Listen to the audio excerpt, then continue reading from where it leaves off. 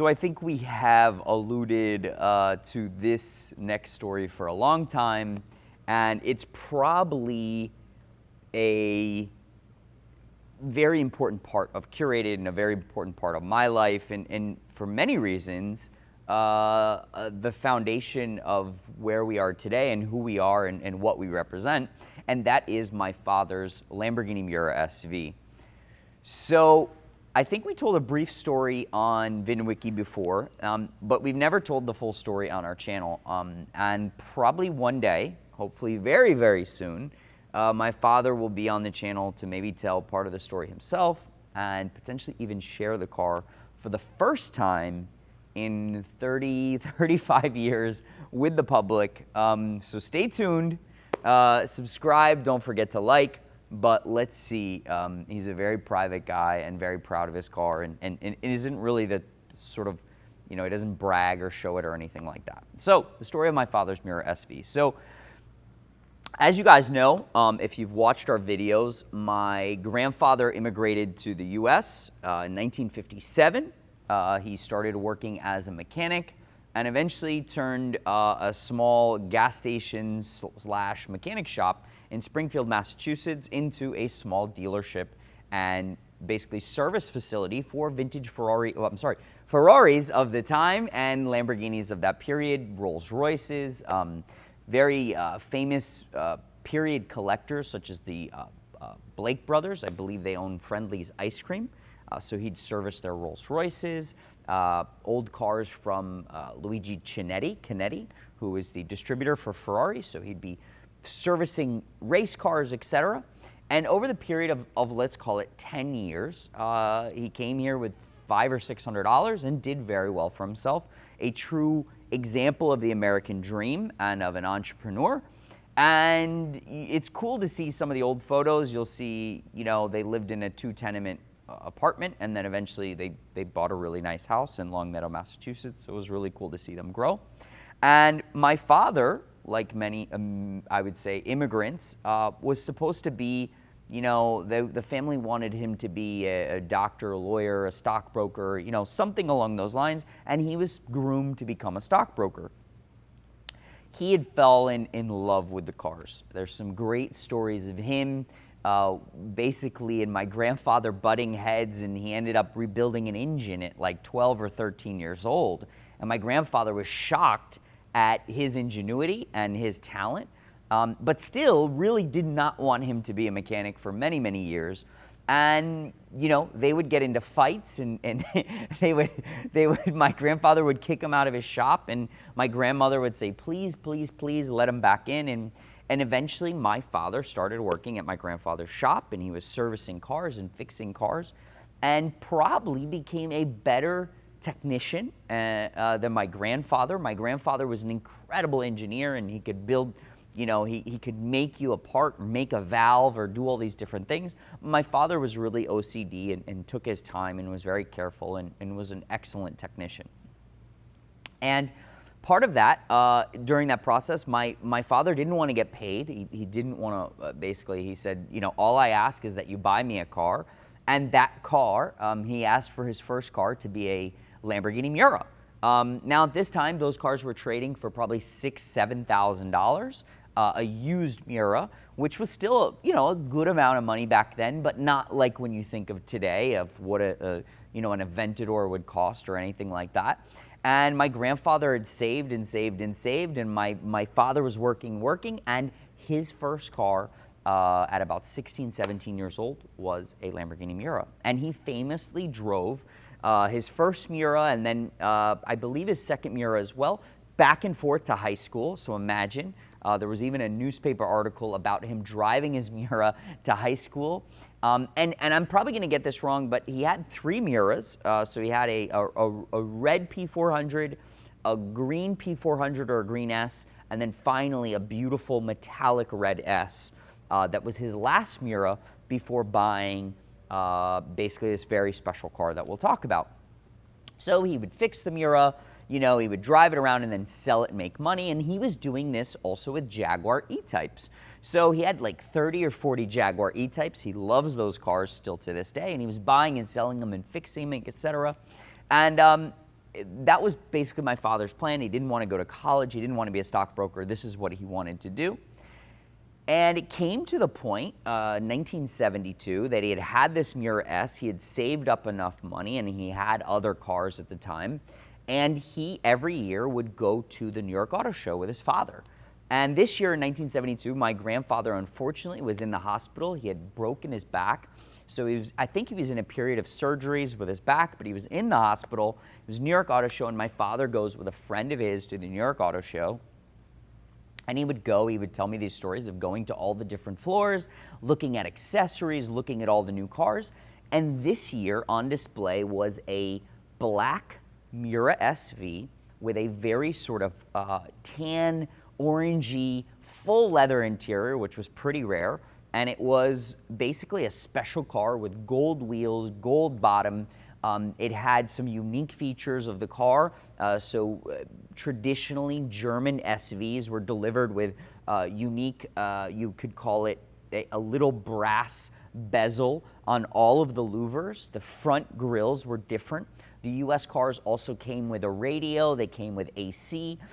They also came with a different type of knockoff that was like a safety feature, side marker lights. And for the New York Auto Show, this car had these features, and it also had some other unique features. So the suspension, basically A-arms, were actually painted like a light blue color. And there was a few other interesting things that were painted uniquely, that were fitted different for the New York Auto Show. And the car was on display through Modena Racing, who is the famous distributors. It was owned by Alberto and Alfredo Pedretti, historic names in the Ferrari world. And they were essentially the distributor for Lamborghini for the US and also the dealer in New York City at the time. And they had this car on display, and it had their sticker and blah, blah, blah, blah, blah. And my father, who was a very young guy, I believe he was like 18 at the time, walks up to the show stand, and he has his long hair, and he probably was wearing bell bottoms and high shoes, and basically says he wants to buy the car. Now, at the time, there was sort of the fuel crisis in the United States. So there was a shortage of gas, and people were concerned about gas. So everyone was telling my dad he was crazy, and these cars were not, it wasn't like Miura SVs were selling off the shelf. There was only, I believe, 21 US cars that came in through Modena Racing. And I believe of the 21 cars, I believe there was 12 1972 cars. That's had a few differences from the 1971 cars. So we're talking, there weren't many buyers for a US Miura SV at that time. So he started negotiating, and he said, hey, there's a fuel crisis, and how often are you selling these cars? And basically he walked away. And quickly, I guess whoever he was talking to at that time said, wait, we'll work out a deal with you. And I think the exact number that he worked out was like $19,000, which was probably a couple thousand off MSRP or whatever it was. And basically, he had asked them to remove the car from the New York Auto Show stand. He didn't want anyone around it. He didn't want anyone to touch it. And he wanted to take delivery of the car immediately, which I think they hemmed and hawed, and they finally ended up agreeing to do that. So he immediately left the show. He went, and the story goes that he called a gentleman that he knew that had been asking for his Miura S forever. He goes, he sells his Miura S, he makes a nice profit, and I think he had either had the money saved or he sold an E-Type or moved some things around, all while his father was in the hospital, and probably for waiting for him to pick him up. And he was moving all this stuff around, and he had a good friend with him. I believe his name was Joey Poehler. I might have screwed that up, but I believe it was Joey Poehler. And he basically said, hey, you're going to come with me now. We're going to fill up. It was probably a Lincoln or a Cadillac. We're going to fill it up with parts. So we're going to go to Modena Racing. I want all spare parts. I want extra parts for the car. I'm worried I'm not going to be able to find these parts again, and I want to go pick up the car. So imagine 18 years old. He's worked his butt off. He's saved. My grandfather's worked very hard, and he leaves New York City, Modena Racing, with a brand new, one-of-one black Miura SV. And he tells me these cool stories of driving through the city. There was nothing like it, and basically driving it home to Massachusetts. Now, when my father was younger, he was, sort of a wild guy. He'd drive his Miuras really hard, and there was some really great stories. of him actually driving a white 275 GTB Ford Cam through his neighborhood. And he was driving it really fast one morning, and he actually spun the car out, and it went through the grass of all his neighbors. And so he was a pretty wild young guy, as imagine any 18-year-old with those types of cars. But for some reason, some gene or something in his DNA kicked in, and he decided to really worship this car. And he never really drove it fast.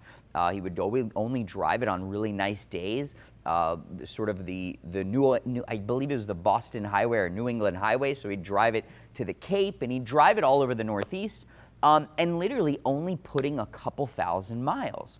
And he had always done all the servicing himself, and he had bought extra parts and really loved this car. And at that point, he had realized that Lamborghini had stopped production of the Miura SV. So this was going to be a special car, and he had decided to basically put the car away. So in 1976-77, he moves to Florida, and really at that point, the roads weren't that great in Florida like they were in New England, and decided that he was going to stop driving the car. And I don't know the exact mileage today, but let's call it, he had put about 7,000 miles throughout New England, and basically decided to put the car away once he moved to Florida.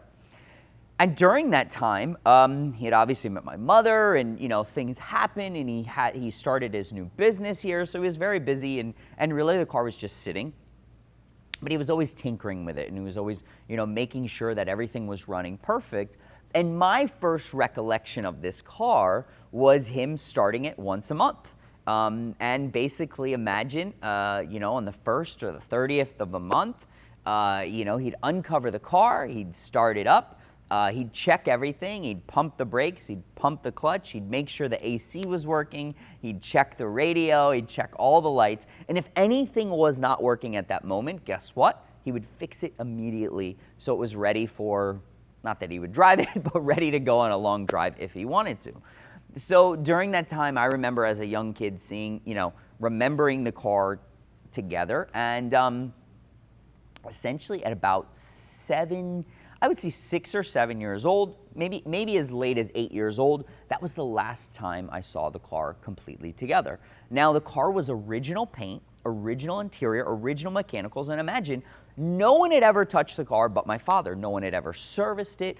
He was the only guy to ever touch it. So he made sure that he only exchanged things with original parts, but things like the tires were completely original. The car was, you could call it 100-point original preservation car. It had never seen snow, had never been out in the rain, and really a fantastic example of a perfect car. But the original Miura paint was old lacquer paint, and there was signs of, it, I wouldn't call fading, but the old clears, they wouldn't be as lustrous as a new car. And, the hoods, they're known for cracking on the edges of the hoods. And he really didn't like that. When the car would be in the sun, the black was like a brown cast of black. And that was just from age and time. And it really sort of bothered him. Those cars were hand-built, and he, in his mind, wanted this to be a Pebble Beach quality car.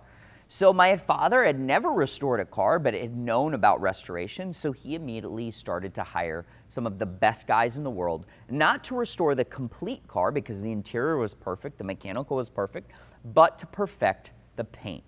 And, my first memories, probably 8, 9, 10 years old, working in my father's shop, were actually helping some of the painters that he hired. Now, my dad was a very hardworking guy, but he was not some multi-millionaire.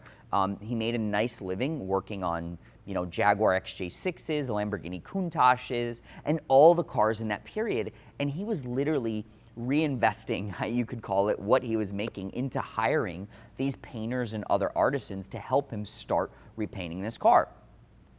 And I remember he had hired some incredible guys. There was a guy by the name of Joe Gobb. There was a guy by the name of Cliff, who's still around, Cliff Northery, who had done a lot of the original work for Rentec in period, so some of the wide body work, some of the fab work, and another incredible guy by the name of Al Day. And these guys were all incredible, incredible painters. They had done show cars, they had won awards with their cars, and he had hired basically different periods, the three. He knew Cliff was one of the best body guys, Al had his talents, and Joe was one of the best painters. So I grew up around these guys, watching them slowly work on this car. And I remember my father, watching over them. And as he was working on another project, he'd come over and say, nope, that's not perfect enough. Nope, it's not straight enough. And I, for a good portion of my life, learned about bodywork, paintwork, etc. And a lot of my work was actually like the prep work. So taping things, masking things off, preparing things, and helping those guys. Now, over that period of, let's call it 6-7 years, my father was never really happy with all of their work. And he started to learn the best of each one's abilities. And he started to help them and work with them side by side. And I think everyone started to realize that my dad had become completely OCD. He started to take this to a different level, and really this was him being a true artisan and wanting to perfect the cars. Now, if you've ever worked on any cars or ever done any paint work, you know that, listen, there are surfaces, especially on a hand-built aluminum car, that are not perfectly straight, and getting them perfectly straight could take hours and days and days. And I remember as a young guy that my father would be blocking like the inside of the doors and blocking the inside of the hood and blocking parts of the car that you might not even see, making sure they were perfect, making sure they were straight, and using things like the right epoxy primers, but wanting to paint the car in its original true lacquer paint. So and perfecting everything he did, and making sure that, when they would prime the car, it would then go bake out in the sun, and make sure that the primer would stick. And then, okay, let's block it again, and let's get the car straight. So months and months and years went on, and I saw the car slowly start to take shape and really come to an incredible level. And in the end of the process, I think my dad was the one that started to realize that he had perfected becoming this incredible restorer himself. He had learned the best talents of these guys. I think all these guys realized that my dad was almost completely insane. There was many times where they said it's like, trying to complete, the Sistine Chapel. You're going to be here for years, and I can't get it that perfect. And my dad would take over and start getting things perfect. So finally, by the time I was 17 or 18, the car was completely finished, but it had not been wet sand or rubbed yet. And that is, I would say that's a true art, because you don't want to burn through the paint. You want to make sure everything's blocked perfectly. And I can't even imagine how many layers of paint were on the car, baked in, perfectly ready. The car had basically perfectly cured at this point, but it was sitting basically all together, the interior intact, the windshield intact. Everything was intact except the paint had never been wet sand or rubbed. So years went by.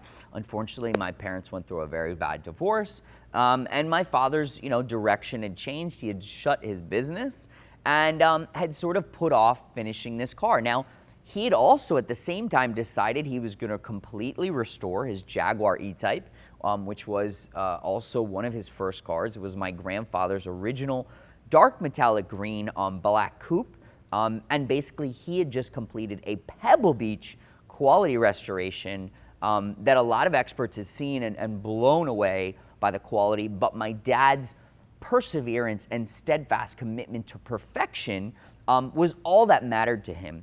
I remember many times as a kid with both the E-Type and the Miura that he would buy a ton of new old stock parts, and he'd line them all up in a row and say, John, and I'm like a 10-year-old kid, of all these bolts, let's say there's 100, tell me which ones are the 5 perfect ones. And I'm like, Dad, what are you, like, crazy?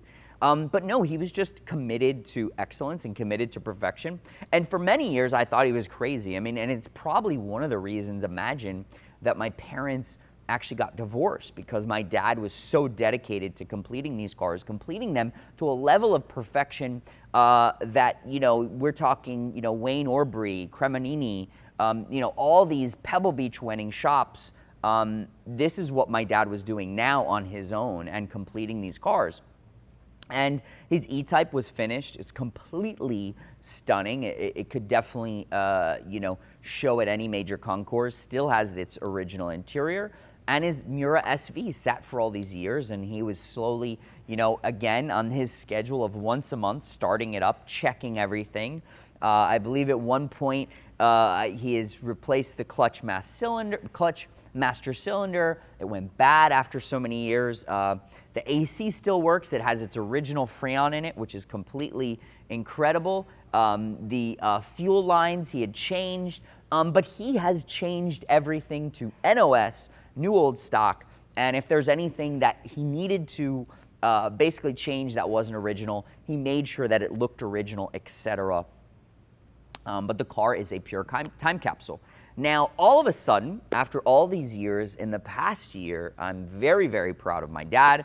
I had probably given up after 3 or 4 years, 5 years now, of saying, okay, I don't know when this car is ever going to be finished, but he is almost done with his Miura SV.